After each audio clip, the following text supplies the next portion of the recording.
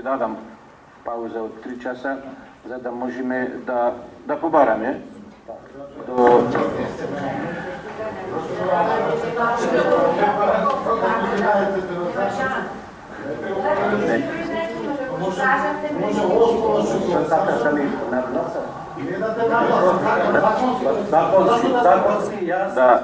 Не, ќе ви молам. Јас сакам да се потврда. Не барам за тебе, за мене. Јас имам право да вршам проверка. Па ќе пишеме писмо. Па ќе пишеме. А ти не ти треба, ти не барам. Јас ќе барам. Јас барам, не бараш ти.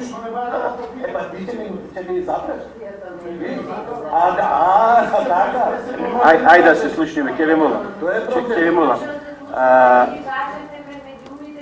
Добре, јас побарам, ти побарам пауза. Па тоа е.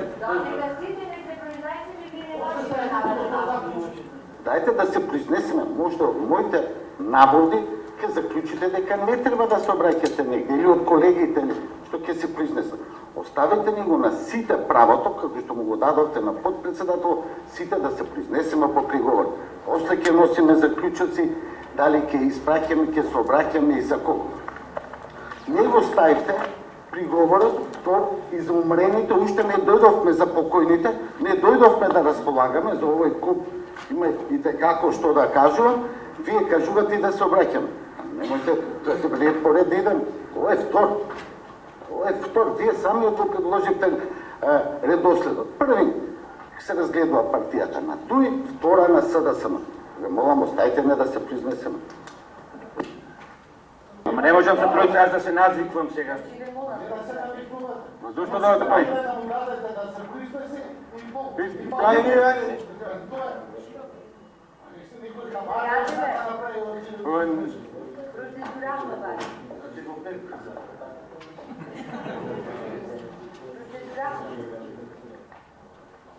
Сега е 2 часа. Вие го направите, јас да се кажа.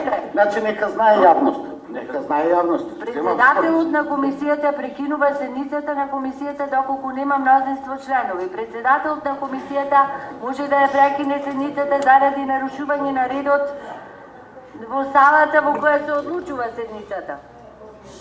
Седницата може да се прекине кога за тоа ќе одлучи комисијата по предлог на председателот на комисијата или 4 членови, а заради дополнителни консултации и прибавени мислења.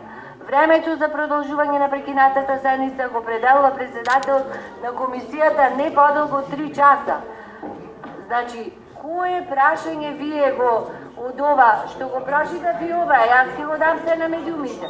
Кое право го искористивте вие да прекинете седницата со пауза? За дополнителни консултации. Значи, апсолутно ве молам. Добро, јас Значи, не тактика можете ние да на...